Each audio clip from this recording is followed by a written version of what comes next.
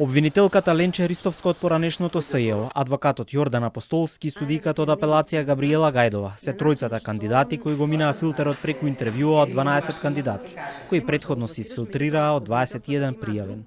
Овие три имиња се конечната одлука на Комисијата за избор за делегиран судија од земјава во Европскиот суд за човекови права во Страсбург.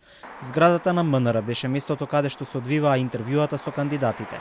Во вторникот завршија 8 интервјуа, а некои од кандидатите беа и поранешната директорка на Академијата за судии и обвинители, Наташа Габер Дамјановска, и членот и поранешен председател на ДИК Александар Даштевски. Денеска комисијата ги слушна ставовите на преостанатите 4 кандидати.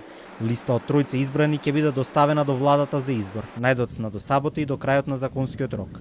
Два посебни критериуми, посебни услови кои се нагласуваат од страна на Советот на Европа, се моралноста и квалитетот. Овие услови се без можност за алтернатива. Претходно членот на комисијата Осман Кадрију изјави дека е задоволен од квалитетот на кандидатите кои се пријавија за функцијата во Страсбург со мандат од 9 години.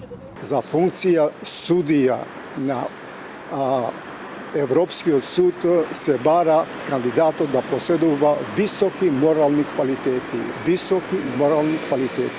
И таа околност мора да се цени.